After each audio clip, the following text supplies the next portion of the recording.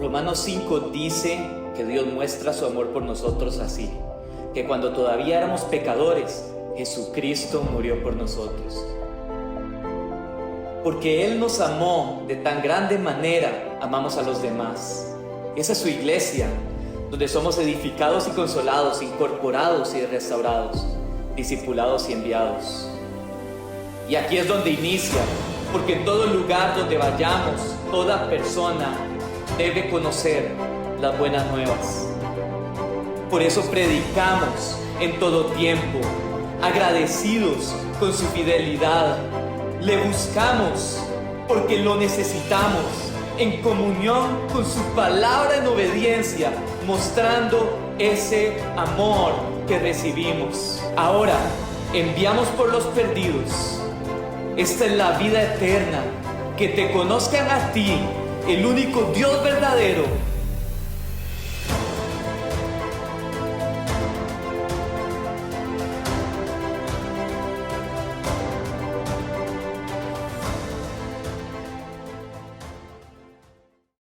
Vamos a continuar. Sé que la palabra fue de mucha edificación para el culto de la mañana y espero que hoy no sea la excepción y encuentre tierra fértil. Así que, sin más, quiero invitarlo a que vaya a su Biblia. Vamos a estar hoy vamos a continuar con el estudio del libro Apocalipsis. Hoy vamos a estar en Apocalipsis capítulo 2. Vamos a leer del 1 al 7. Quiero invitarlo a que lo tenga ahí. Todavía no lo vamos a leer, pero tenga ahí la cita, ya casi vamos a empezar. Entonces, la palabra de hoy se llama Carta a Éfeso. Y ya usted sabe, la vez pasada vimos una pincelada del capítulo 1 de esta serie que se llama Mensaje a las 7 iglesias. Había que entrar en contexto. A mucha gente le gustó, la verdad. Yo pensé que iba a ser menos aceptado el día 1 porque es como más teórico y de verdad, hermanos, qué bendición. Escuché mucha gente que le gustó mucho. Y hoy vamos ya más en concreto a enseñanzas prácticas para nosotros, para nuestro día a día. Y vamos a empezar con esta carta, que ya lo vimos, no voy a volverme a meter en todo lo que estudiamos la vez pasada. Es una carta que se envía literalmente a la iglesia de Éfeso del momento. Pero quiero darle unas pinceladas que nos va a servir para la enseñanza de hoy, si usted no vino la semana pasada. Número 1, tiene que verla en su casa, ahí está en la página de internet, ahí queda en Facebook, porque si no, realmente la base para el resto de enseñanzas va a ser un poco rala. Entonces, número 1, ¿qué vimos la semana pasada? Primero, que el libro de Apocalipsis tiene una promesa, empieza con una promesa. Y la promesa es que el Señor llama bienaventurado al que lee y al que escucha y pone en práctica lo que dice en ese libro. Entonces, queríamos romper estereotipos, romper paradigmas, esquemas, de que el libro de Apocalipsis es un libro que no deberíamos de leer o que tenemos que tenerle temor. Lo primero es entender que hay una bienaventuranza con eso. Número 2, estas fueron cartas literalmente que se enviaron a iglesias que realmente existían en la época. Fueron 7 cartas, 7 iglesias en Asia Menor que se enviaron y que realmente llegaron a esos lugares, donde nosotros tenemos que entender que lo que para ellos, contextualizando el texto, lo que para ellos no quiso decir, nosotros no podemos hacer doctrina de eso. Voy a ponerlo en otra forma porque hay muchos negativos ahí. Lo que ellos entendían prácticamente en ese momento es lo que nosotros tenemos que tomar la enseñanza, contextualizarla a hoy, y esa es la interpretación correcta que tenemos que darle a estas cartas. Número 3, nosotros tenemos que entender que el libro de Apocalipsis fue escrito para abrirnos la perspectiva del mundo espiritual. ¿Se acuerda que vimos que había ventanas de tiempo? ¿Para qué son esas ventanas? Para entender que indistintamente de si los acontecimientos los estamos viviendo hoy o no, lo que tenemos que entender es que hoy está sucediendo una guerra espiritual, de que cada día que pasa está más cerca la venida del Señor por nosotros, por la iglesia, y el Señor quiere abrirnos el panorama a una guerra espiritual que usted puede ignorar, pero eso no hace que no exista. Y ahí está la guerra espiritual. y estamos llamados a pelear esa batalla. ¿Ok? Entonces, cada una de esas cartas nosotros tenemos que estudiarlas de la siguiente manera. Si hoy trajo donde anotar, anote esto porque esto es para todo.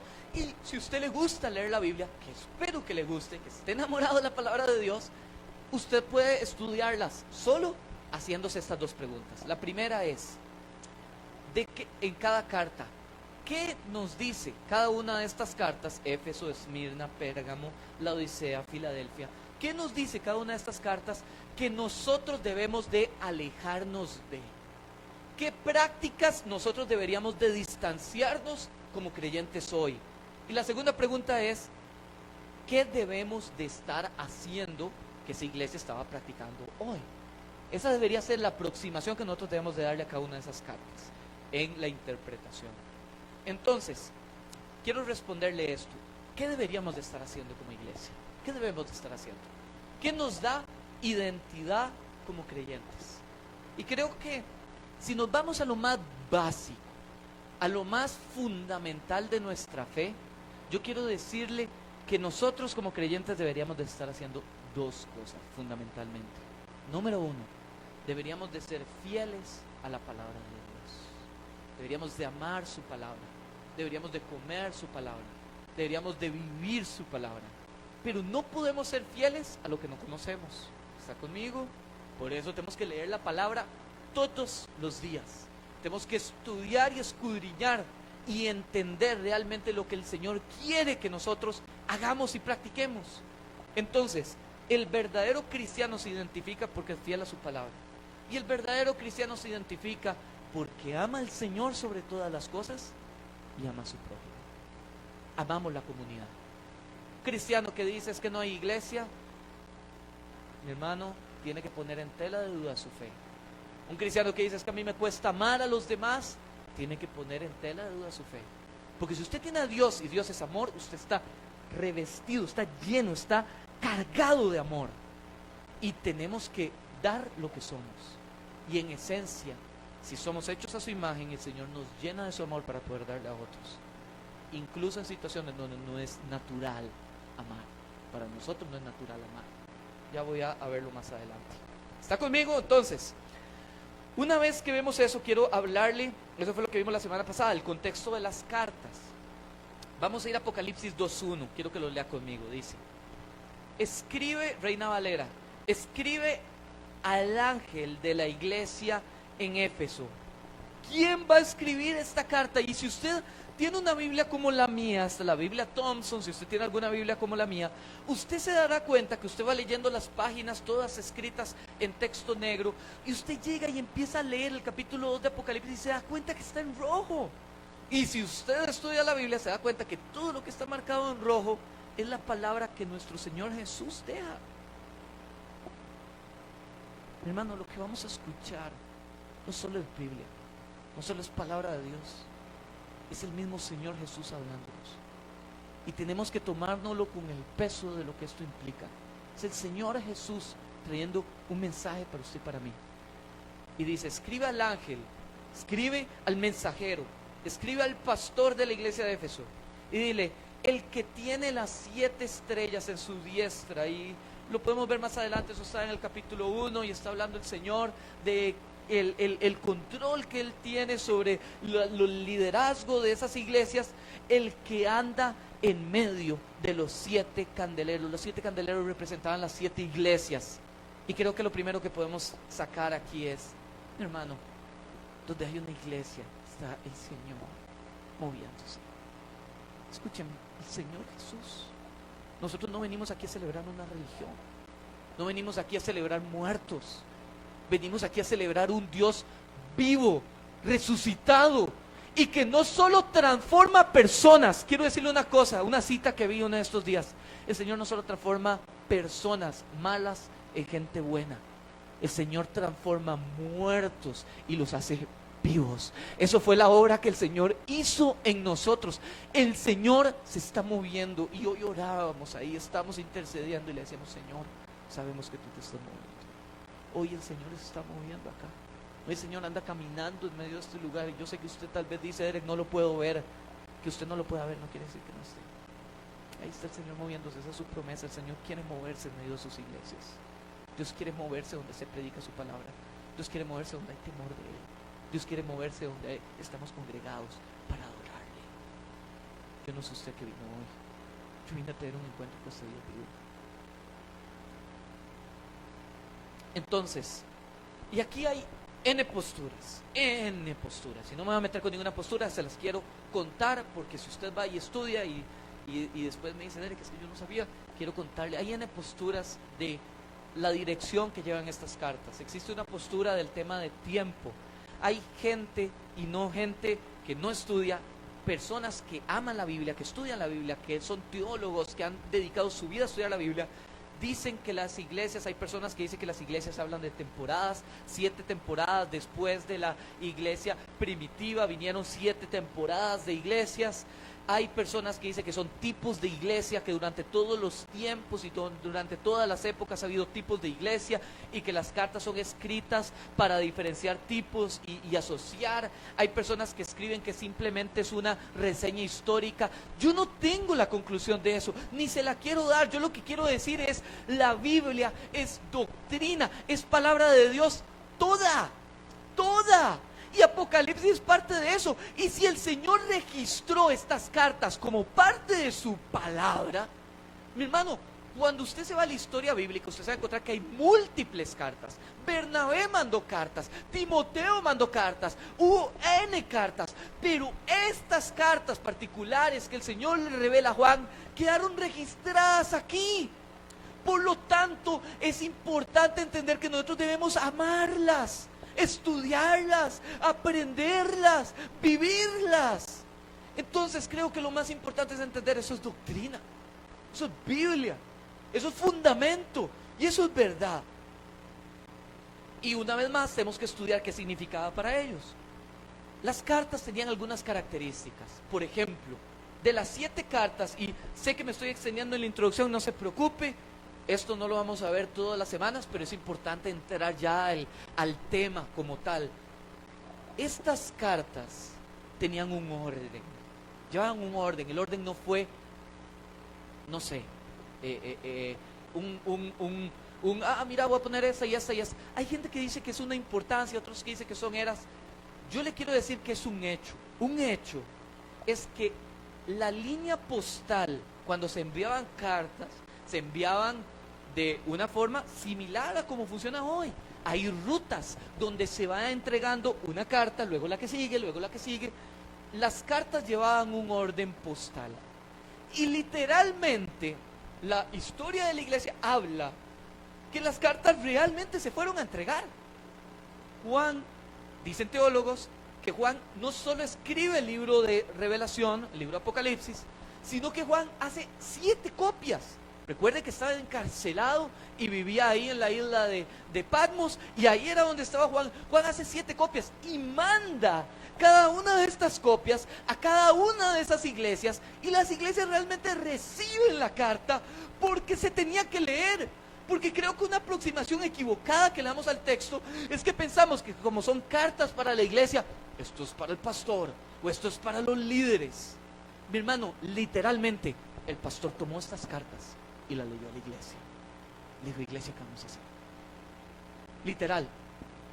Entonces, esta carta aplica para usted y para mí. No solo eso, mi hermano, si usted es jefe de familia, si usted tiene hijos, si usted está en un matrimonio donde Cristo es el centro, quiero decirle que su casa es una iglesia. Su casa es una institución. Y si su casa es una institución, tan importante está implementar esto en esta comunidad de fe como implementarlo en su casa, como implementarlo en su vida personal. Entonces, estas cartas son para todos nosotros, para cada uno de nosotros. Todos tenemos que estudiarlo, todos tenemos que aprender. Hubo 2 iglesias, 2 cartas que fueron positivas, no perfectas. No hay iglesia perfecta, no existe, pero 2 cartas donde el Señor no manda instrucciones claras de asuntos claros que había que cambiar. 2 y 5 que necesitaban hacer ajustes. Hoy vamos a ver una que era imperante, era demandado que hiciera cambios. Así que quiero invitarlo a que vaya. Bueno, antes de eso, vamos a leer un poquitito del contexto de Éfeso. ¿Qué era la iglesia de Éfeso? Para entender la carta particular que vamos a estudiar. La iglesia de Éfeso tenía varias características. La primera que yo quiero contarle era una iglesia que tuvo a los mejores predicadores. Una iglesia que tuvo a los mejores predicadores. Yo no sé a usted qué iglesia le pasa hoy contextualizando en la mente, pero que inviten al predicador este que a usted le gusta y a este otro que a usted le gusta, para no dar nombres, y usted diga, wow, y enseñaban y tenían buena palabra. Los mejores predicadores de la época fueron a Éfeso. Pablo funda la iglesia de Éfeso. Pablo, el escritor de la mayoría del Nuevo Testamento, funda Éfeso. Él es el que da el fundamento y deja a esta pareja, Priscila y Aquila, dirigiendo la obra. Por lo menos eso es lo que la mayoría de teólogos comparte y enseña, que ellos quedan dirigiendo la obra.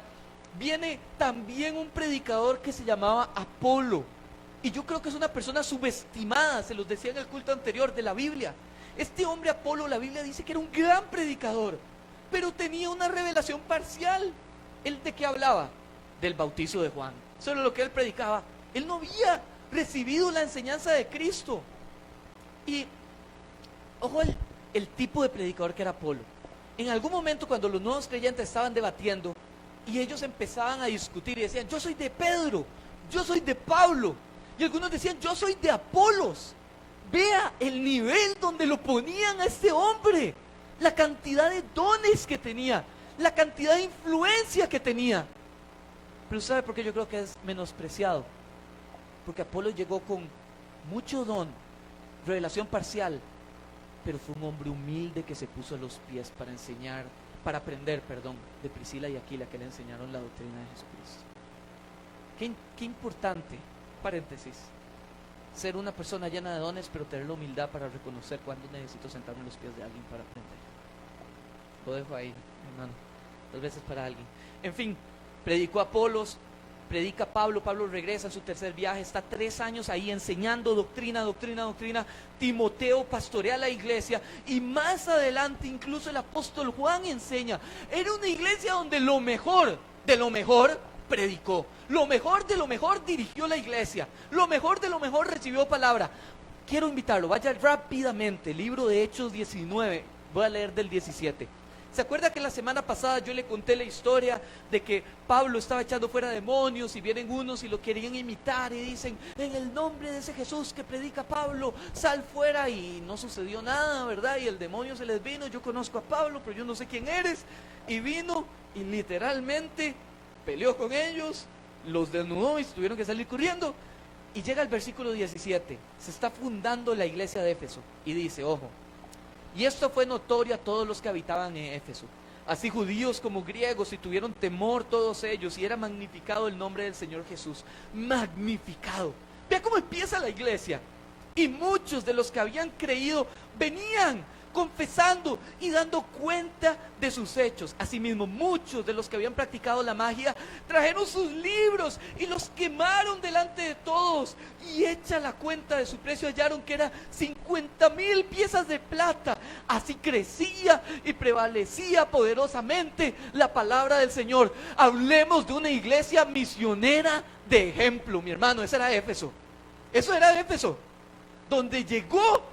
Y los ambientes del lugar se transformaron. Si usted sigue leyendo ese capítulo, se va a dar cuenta que incluso los hacedores de ídolos perdieron el negocio, porque el evangelio creció tanto, donde ya no había quien comprara, ya no había quien pecara. Yo no sé usted si me está entendiendo. Yo oro para que esta iglesia sea así. Yo oro para que esta iglesia manifieste lo que es el temor a Dios a un punto donde los bares en San Pedro se cierren por temor al Señor. Yo quiero que ese sea el tipo de iglesia que somos. Ese es el tipo de iglesia, la ofensiva, que tiene que salir a impactar el mundo, salir a impactar el lugar donde Dios lo puso. Ellos estaban en medio de una tierra pagana, y vea cómo fue. Y siguió creciendo en medio de una ciudad gigante, en medio de una tierra pagana. Ahora, quiero invitarlo ahora sí, vaya a su Biblia, mi hermano. vaya, búsqueme Apocalipsis otra vez 2. Vamos a leer del 2 al 3 y vamos a hacer un brinquito, ya nos vamos a regresar. Vamos a brincar al 6.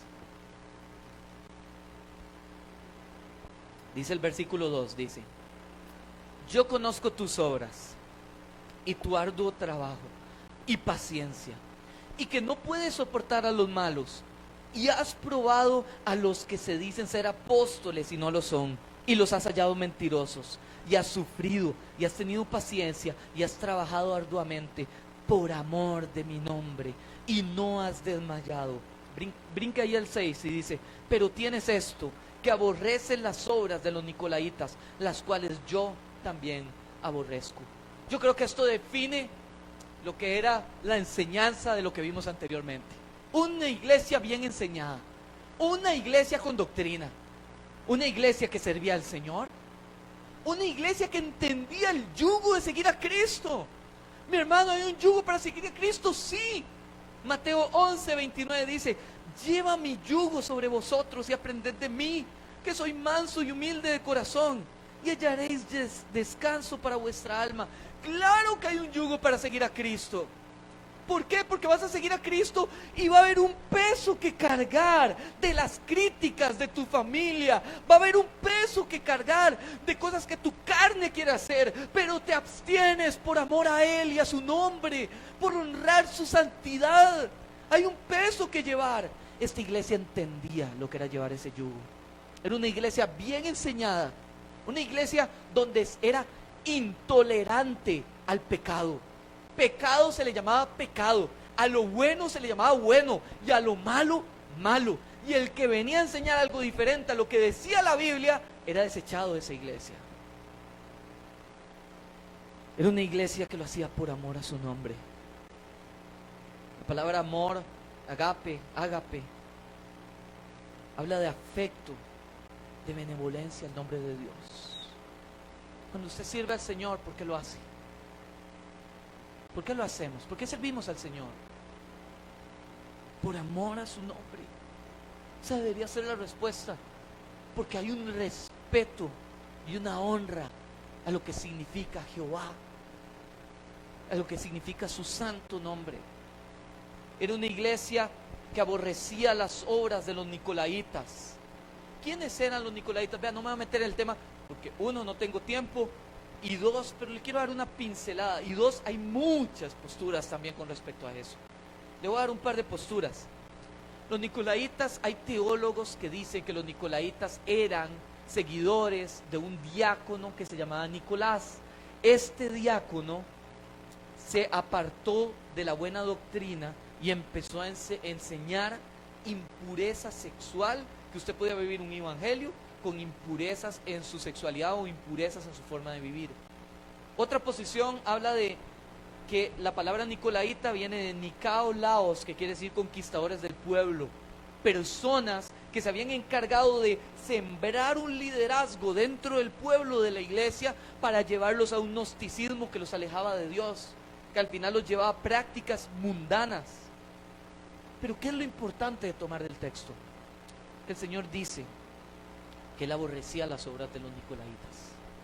Una iglesia sana es una iglesia que ama lo que Dios ama y que aborrece lo que Dios aborrece. Esta iglesia parecía la iglesia perfecta por fuera. Yo no sé usted, si usted está conmigo, pero si yo viviera en esa época, me hubiera gustado congregarme en Éfeso. Escucharía a los mejores pastores, predicadores, gente de Dios, gente servían, tenían los recursos económicos, sacaban al que predicara cosas negativas. Realmente había un mover de Dios en ese lugar. Y ahora vamos al problema, y quiero invitarlo a que vaya al versículo 4. Dice: pero tengo contra ti que has dejado tu primer amor. Quiero explicarle lo que quiere decir eso. Número 1, una iglesia doctrinalmente con fundamento bíblico vasto, pero carente de carácter. Una iglesia donde se enseña el evangelio, pero no se vive el evangelio. Una iglesia con una ortodoxia, pero no una ortopraxis. Una iglesia que había cambiado sus prioridades. La palabra primer del griego protos, la Biblia interlineal dice que tiene las siguientes definiciones. El primero, no importa si es en tiempo, en lugar, en orden o en importancia. Yo quiero decirle una cosa, hermano. En el momento donde el Señor no es el primer lugar, Dios no está. Quiero cambiarle ese paradigma. Nuestro Señor Jesús solo se sienta en un lugar, el primero. Si el Señor es tu 99, el Señor no está ahí. Si el Señor es tu 95, el Señor no está ahí. El Señor no comparte su trono con nadie. El Señor es todo o no es nada para mí. El Señor es 100 o es 0. Es el primero o no está. Y yo creo que tenemos que quitarnos ese concepto como cristianos. Porque a veces una persona me escribió esta semana y me pidió un consejo. Y yo le pregunto, ¿qué es el detonante para tomar la decisión? Si es Cristo es tu primer lugar, si no es Cristo, el dinero es tu Dios. O tu esposa es tu Dios. O tus hijos son tu Dios. O cualquier otra cosa que usted ponga en primer lugar es tu Dios. Idolatría no es olvidarse de Dios, es quitar a Dios del trono, del primer lugar. Esa iglesia, no importa si es en importancia, no importa si es en lugar, no importa si es en el orden de los factores, no importa si es en tiempo. Todas las áreas tiene que ser Dios el centro. Todas las áreas Dios tiene que ser el primer lugar. Y si no es el primero en una, no está en ninguna. ¿Está conmigo, hermano? Fuerte, ¿verdad? Yo le decía a la iglesia, a los del culto de la mañana, mi hermano, sí, fuerte. Hay veces que la gente dice, pastor, es que yo estoy seguro que usted hizo una prédica para mí, porque me estaba hablando directamente. No, mi hermano, la iglesia y el púlpito fue creado para incomodar. Si cuando prediquemos aquí no incomoda el pecado de alguien, no incomoda la condición de alguien, mi hermano, no estamos haciendo nada. Así que cuando se siente incómodo, dele gloria a Dios, que Dios quiere transformar algo en tu corazón. Gloria a Dios.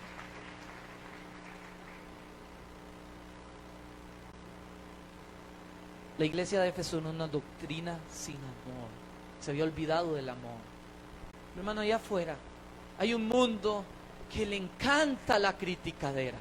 Hay un mundo que le encanta la señaladera. Hay un mundo que le encanta el chisme y el conflicto. Y el problema es que tristemente los creyentes hemos traído esa práctica del mundo y la hemos implantado en la iglesia. Y ahí es donde usted ve que hoy la iglesia se le olvidó que su llamado es a mostrarle al mundo la unidad en amor que solo Cristo y el Espíritu Santo pueden traer a una iglesia con diferencias claras. Hoy en día los cristianos es una serruchadera de piso, una criticadera por diferencias que ni siquiera son doctrina primaria. Yo quiero darle una diferencia entre doctrina primaria y secundaria. No lo hice en el culto anterior. Ahí quedará grabado, ahí lo podrán ver. Doctrina primaria es el puño cerrado. Es lo que es. El que está en nuestra doctrina primaria es nuestro hermano en Cristo, indistintamente que tenga posiciones diferentes teológicas en temas secundarios.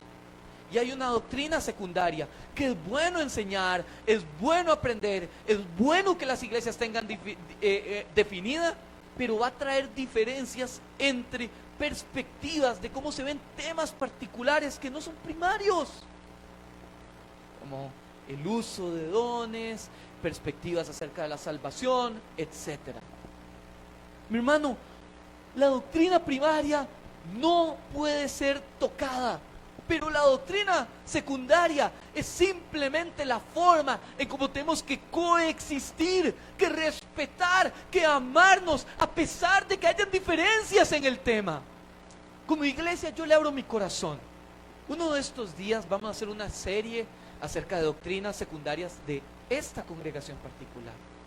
Porque necesitamos que como iglesia hablemos lo mismo. Pero mi intención no es decir, es que aquella iglesia está mal y nosotros bien. No, no puede ser eso. Esto es lo que creemos como iglesia. Si usted comparte esto, gloria a Dios, nos podemos ver en medio de la congregación. Y si no puede, mi hermano, gloria a Dios, busque otro hermano, otra congregación, busque otro lugar y siémbrese ahí. Pero no para dividir, pero no para pelear. Porque amar a Dios implica amar al prójimo. Quiero leerle esta cita. El famoso predicador Charles Spurgeon.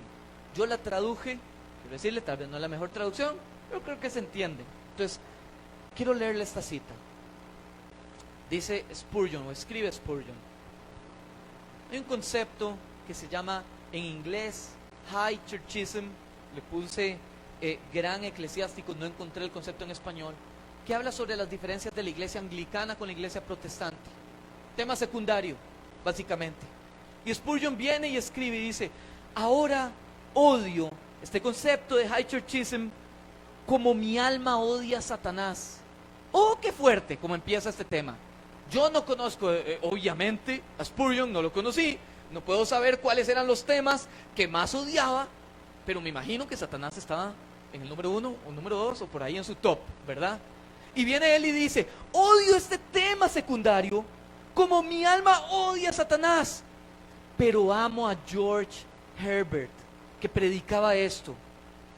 Aunque George Herbert es un gran eclesiástico, desesperadamente odio su alto cristianismo, pero amo a George Herbert desde mi alma y tengo un rincón cálido en mi corazón para cada hombre que es como él. Déjeme encontrar a un hombre que ame a mi Señor Jesús como lo hizo George Herbert y no me pregunto si lo amaré o no. No me lo pregunto ni siquiera. Porque habemos cristianos que un hermano no comparte esto, lo soporto en el amor de Cristo. No, no, mi hermano, ámelo, ámelo, como Dios te amó siendo un pecador, ámelo. Como amo a este hermano, no me pregunto si lo amaré o no. No hay lugar para preguntas, porque no puedo evitarlo, a menos que pueda dejar de amar a Jesucristo. No puedo dejar de amar a los que lo aman. ¿Me está entendiendo, hermano? Amar a Cristo es amar su iglesia. Amar a Cristo no es criticar. Amar a Cristo no es señalar. Amar a Cristo es amar. Aunque difiera, aunque no me guste su argumento. Hermano, no hay nada más que yo deteste que la liviandad con la fe. Si hay algo que yo odio la liviandad en la fe. Porque de verdad en mi corazón hay una radicalidad para Cristo. Y me enoja que cuando se intenta de construir un nombre de una iglesia que trabaje en realmente temor de Dios, venga alguien más a destruir el nombre diciéndose ser cristiano y actuando mal. El otro día escuché una historia de una persona sirviendo en el altar en pecado. Yo decía, ¿cómo no me voy a enojar? Pero sabe, cuando yo estaba haciendo la prédica, yo le decía: Señor, tú me llamas a amar, tú me llamas a perdonar, tú me llamas a orar por él. Y yo empecé a orar por él. Hermano, detesto cuando estoy viendo historias en Instagram o en Facebook, veo cristianos metidos en bares, alimentando el mundo, alimentando tantas cosas, dando un mal testimonio de Cristo.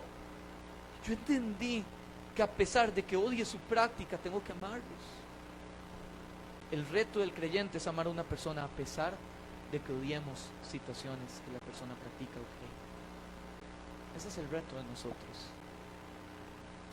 A Éfeso se le olvidó amar a Dios y el amor por los hermanos. Y yo creo que hoy no es distinto de esa época. Hoy hay gente que prefiere estudiar la Biblia para tener la razón que estudiar la Biblia para recibir una transformación de vida. Una vez una persona se me acercó y me preguntó: Derek, ¿usted cree que hay una persona que pueda leer la Biblia y saber tanto que caiga en un orgullo donde no quiera escuchar a nadie más? Y yo le di la respuesta y le dije: no, yo no creo que eso pueda pasar. ¿Sabe por qué? Porque cuando usted estudia la palabra de Dios, usted no estudia esto para saber más. Usted no estudia esto para definir. Usted estudia esto para ser transformado a imagen de Cristo. Y cuando usted estudia y conoce el Dios de amor al cual usted ama y sirve, usted se da cuenta que ese Dios santo está ya lejos, cerca, pero lejos, porque su santidad es tal que nosotros, siendo pecadores y tan pequeños, nos tiene que llevar a una postura de humildad delante de ese Dios santísimo. Estudiar esto nos lleva a humildad. ¿Qué es el problema? Que cuando vamos a esto con el corazón incorrecto, cuando vamos a esto con la intención incorrecta, cuando vamos a esto por tener la razón, cuando vamos a esto por debatir, por pelear, mi hermano, nuestro corazón se endurece, se hace piedra.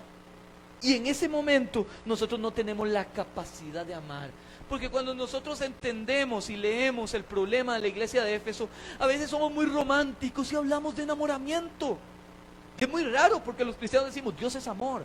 ¿Qué es el amor? El amor es una decisión. Yo no sé si usted lo ha escuchado.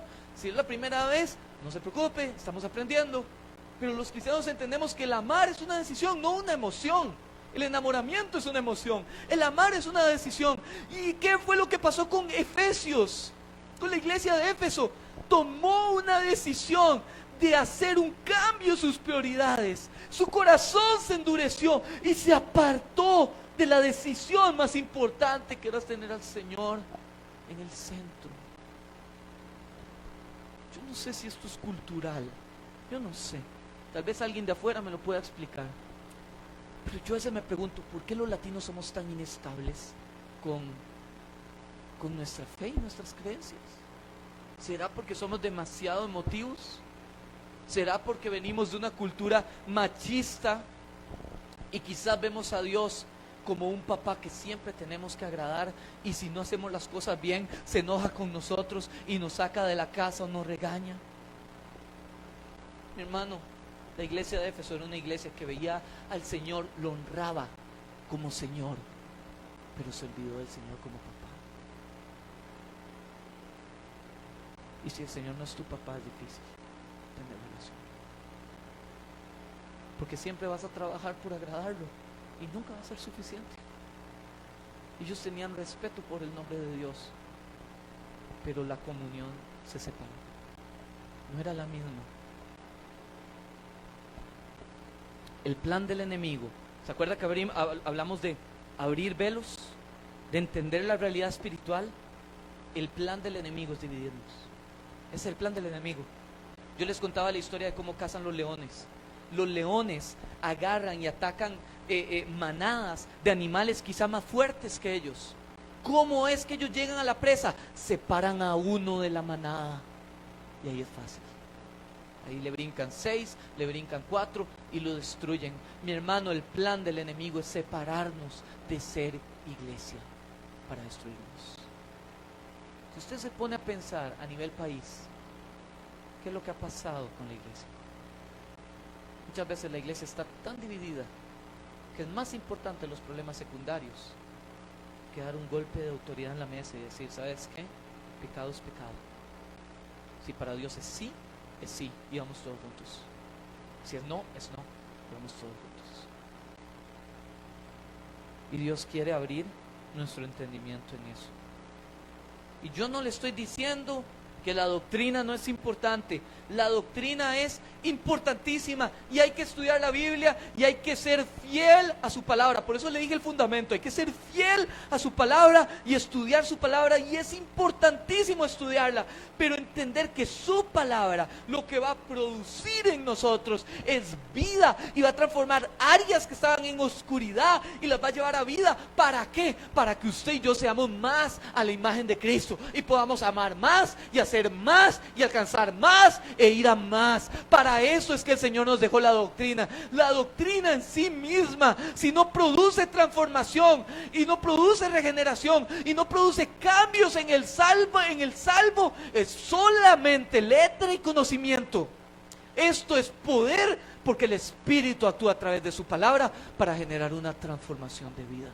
Entonces no estamos hablando de que si la doctrina es buena o es mala. Es que nosotros tenemos que entrar a un punto donde amemos la palabra, sin llegar a un punto donde endurezcamos nuestro corazón y dejemos de amar al Señor como papá y al prójimo. Ya voy cerrando. Los de alabanza, si quieren ir pasando. Vamos a leer los últimos 2 versículos. Dice, versículo 7. Perdón, el 5. Dice: recuerda por tanto de dónde has caído y arrepiéntete. Y haz las primeras obras, pues si no vendré pronto a ti y quitaré el candelero de su lugar si no te hubieses arrepentido. Dice el 7, el que tiene oídos, oiga lo que el Espíritu dice a la iglesia. Al que venciere, le daré de comer el árbol de la vida, el cual está en medio del paraíso de Dios. Si usted sigue leyendo Apocalipsis, al final se va a dar cuenta que el Señor crea tierra nueva, cielos nuevos, pone el árbol de la vida y nos da acceso, porque vamos a tener una eternidad con Él. Es una bendición la promesa que el Señor nos da. 2 cosas. La primera, la Biblia dice: el que tiene oídos que oiga. Eso lo que nos habla es todo aquel que lee esto y escuchó esto es responsable de aplicar esto. Esto no fue teoría escrita para una iglesia. Esto fue un fundamento que el Señor empezó a dar para esa iglesia particular, pero que nos lleva a un aprendizaje donde usted y yo nos vemos involucrados. Si usted tiene oídos y hoy está escuchando la palabra de Dios, usted es responsable de poner en práctica lo que está leyendo. Y número 2, el Señor viene y le trae a Juan, le dice: Juan, acuérdate de dónde has caído. Mi hermano, si le puedo ser honesto, cuando escribía la enseñanza, soy una persona que yo oro, leo la Biblia. Ayer me quedé orando por tantas personas hasta tarde en la noche. Mi esposa sabe, amo al Señor, quiero servirle al Señor, sé que el Señor es mi papá. Pero cuando me pongo a pensar quién era yo cuando conocí a Cristo, mi hermano, había muy mala doctrina. No conocía su palabra, pero en mi corazón había una radicalidad y un deseo de agradarlo. Quizá gente me vacilaba y me decía: es que el Señor dice tal cosa, y yo por temor actuaba, pero había un fuego en mi interior. ¿Cómo fue cuando conociste al Señor? ¿Cómo fue ese campamento donde el Señor vino y tocó tu vida? ¿Sabe cuál es la pregunta que nosotros nos hacemos y le decimos al Señor? Señor, si verdaderamente existes, yo no sé usted, yo se la hice. Si verdaderamente existes y en misericordia descendió y tocó y marcó, y mi vida no volvió a ser la misma. Algo pasó que transformó mi vida. Y la pregunta que el Señor le hace es: ¿qué pasó con ese corazón lleno de fuego? ¿Qué pasó con ese amor y ese temor de Dios radical? ¿Qué pasó con ese predicador que le hablaba a todo el mundo de Dios? Y hoy todavía predico y hoy todavía comparto. Pero en mi corazón yo decía: me falta, tengo que volver a ese rudimento. Yo no sé si usted se identifica conmigo, pero añoro esa época donde veníamos un domingo, 8 de la mañana estábamos aquí. Alonso estaba ahí conmigo, Andrés, varios de aquí, Pablo estaba ahí conmigo. Veníamos a las 8 de la mañana, montábamos alabanza, tocábamos. 10 de la mañana, 11 de la mañana, 12, terminaba el culto, desarmábamos, teníamos un concierto, montábamos, alistábamos todo, venían jóvenes, conocían de Cristo, desarmábamos, armábamos otra vez, que teníamos una hora de teatro. 9 de la noche salíamos de la iglesia, molidos, pero gozosos, molidos, pero con una paz, molidos, pero el Dios estaba orando ahí, pero muchos conocían de Dios. Y yo creo que ocupamos más gente así. Ocupamos gente que no le ponga límites. Ocupamos gente que vuelva a encender y se acuerde de dónde te sacó Dios. Yo no sé usted, yo les he dicho que un dicho que yo he hecho un lema en mi vida es la palabra de Dios cuando dice: el que mucho se le ha perdonado, mucho le ama. Mi vida iba a destrucción. Iba a destrucción. Yo no sé usted, yo iba al barranco. Pero vino el Señor. Vino arrepentimiento. Vino vida y todo cambió.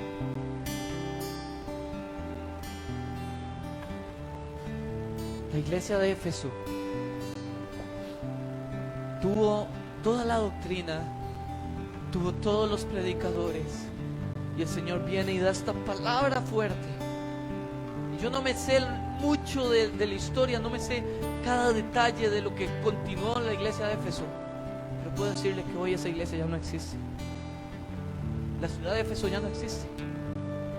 Ruinas. El Señor apartó el candelero de esa iglesia, apartó su luz. Y yo no sé usted, yo no quiero que eso pase conmigo. Yo no quiero que eso pase en mi casa. Yo no quiero que por no volver a lo que antes fue, que el Señor haga un apague y vámonos. Yo no quiero eso para mí. Yo no sé usted para usted. Yo no sé lo que usted quiere para la iglesia. Yo no sé lo que usted espera para su vida, para su familia. Pero yo quiero que mi casa se marque porque la presencia de Dios ahí está, ahí habita. La Biblia cierra con una palabra y dice: arrepiéntete, arrepiéntete. La palabra es metanoao, misma raíz que metanoia. Cambia tu forma de ver. ¿Sabe cuál es mi oración hoy? Tu perspectiva. Transforma tu perspectiva. Mi oración hoy es que Dios te muestre que esta, su palabra, es su perspectiva para ti hoy. Que Dios te dice: vuelve a ese primer amor. Que Dios te dice: vuelve a encargarte de que tu tiempo, tu importancia, tu orden sea Cristo el centro. Vuelve a ese amor por las almas. Que no sea como esos matrimonios viejos que pasaron años y que nunca que matrimonios que se respetan, matrimonios que viven juntos, matrimonios donde no hay infidelidad, pero matrimonios donde no hay fuego. Yo no sé usted qué tipo de relación con Dios quiere, pero yo quiero una relación donde pase el tiempo y el fuego prevalezca, donde pasen los años y el Señor siga ahí, donde pasen las temporadas, pero el Señor siga ahí encendido. Y yo quiero eso hoy para cada uno de nosotros. Y si puedes ahí inclinar tu cabeza, y si te identificas con esa palabra, si tal vez has hecho del Señor una rutina, tal vez has hecho del discipulado una rutina, tal vez has hecho del vivir a la iglesia una rutina, pero se apagó la llama. Si tal vez has hecho de la adoración una rutina y han pasado años, y creo que principalmente para los cristianos de años, y te olvidaste de ese anhelo de hacer, de predicar, de ir, de avanzar, de hablar. La palabra dice: arrepiéntete, arrepiéntete, pídele perdón a Dios y el Señor, perdóname porque no hice de esto fundamento. Señor, perdóname porque he estado ahí por cumplir. Señor, perdóname porque has sido mi Señor pero no mi papá. Señor, perdóname porque no te he visto ni te he buscado como debería, porque he sacado el tiempo para servir pero no el tiempo para estar contigo. Quiero invitarte que de todo corazón, si esto cala tu corazón, escucha lo que dice esta canción. Escúchalo ahí. Una canción, melodías de tu amor. Cantas libertad en mi adversidad. Tu sangre en mí fluyó. Y ya no soy un esclavo del temor. Yo soy hijo de Dios. Señor, no tengo una relación de miedo contigo. Tú no eres un papá que dirige su disciplina a través del miedo. Tú diriges tu disciplina a través del amor. Tú eres un Dios paciente con nosotros. Tú eres un Dios de misericordia, aunque muchas veces no la merecemos. Desde el vientre fui escogido en ti. Me llamo el amor. De nuevo nací, recibido en ti. Señor, esta es mi oración hoy para ti. Padre de corazón, enciende, vuélvenos a tu primer amor contigo, Señor. Padre, que no seamos una iglesia pasiva, que no seamos una iglesia que viene domingo a domingo y se le olvidó lo que se predicó. Que seamos una iglesia que viva y practique tu palabra. Que seamos una iglesia que predique en tiempo y fuera de tiempo. Que seamos una iglesia con temor tuyo. Que seamos una iglesia que atesore la santidad. Que seamos una iglesia que tenga amor por tu nombre. Padre, que seamos una iglesia que ame la doctrina, pero que busque la transformación profunda en tu amor.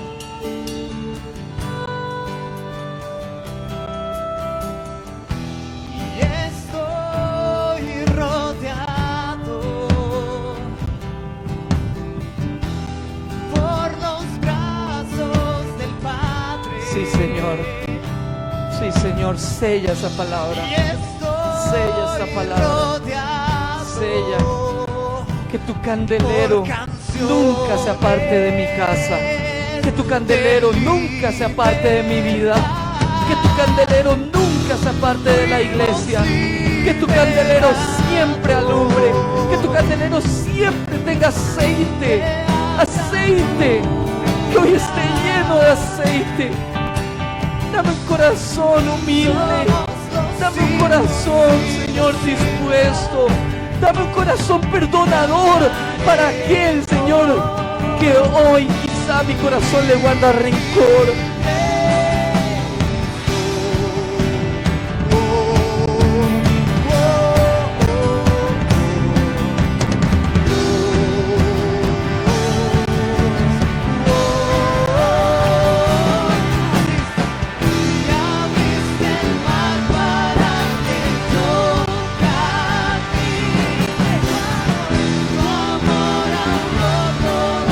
Hoy quitaste los obstáculos, Señor, que no me permitían ver. Hoy quitaste obstáculos que no me permitían perdonar. Hoy quitaste obstáculos que no me permitían adorarte como se debe, Señor. Gracias, Señor.